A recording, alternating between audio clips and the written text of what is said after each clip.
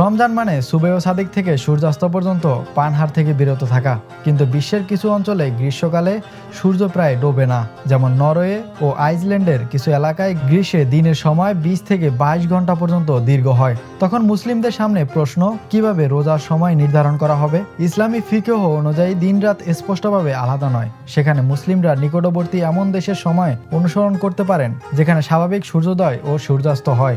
অনেক আলেমের মতে রোজা ও ইফতারের সময় নির্ধারণে মক্কার সময় অনুসরণ করাও গ্রহণযোগ্য সমাধান। ইসলাম সহজতা দিয়েছে, মানুষের সাধ্যের বাইরে কোনো বিধান চাপিয়ে দেয়নি। রোজার মূল লক্ষ্য শুধু ক্ষুধা তৃষ্ণা নয়, আত্মসংযম, তাকওয়া ও আল্লাহর সন্তুষ্টি অর্জন। তাই সময়ের জটিলতা থাকলেও ইবাদতের উদ্দেশ্য অক্ষুণ্ণ থাকে। এসব অঞ্চলের মুসলিমরা শরিয়ার নির্দেশনা মেনে নির্দিষ্ট সময় অনুযায়ী রোজা পালন করেন। বিশ্বের ভিন্ন ভিন্ন পরিবেশে রমজান পালনের পদ্ধতি আলাদা হতে পারে, কিন্তু বার্তা এক: মানবতা, সহমর্মিতা ও আত্মশুদ্ধি। কঠিন পরিস্থিতিতেও ইসলামের বিধান সহজ ও বাস্তবসম্মত, যা প্রতিটি মুসলিমদের জন্য কল্যাণকর।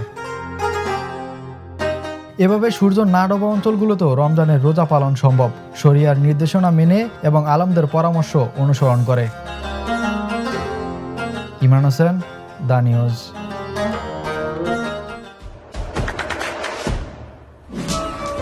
দেশে দেশে সবার সাথে দ্য নিউজ।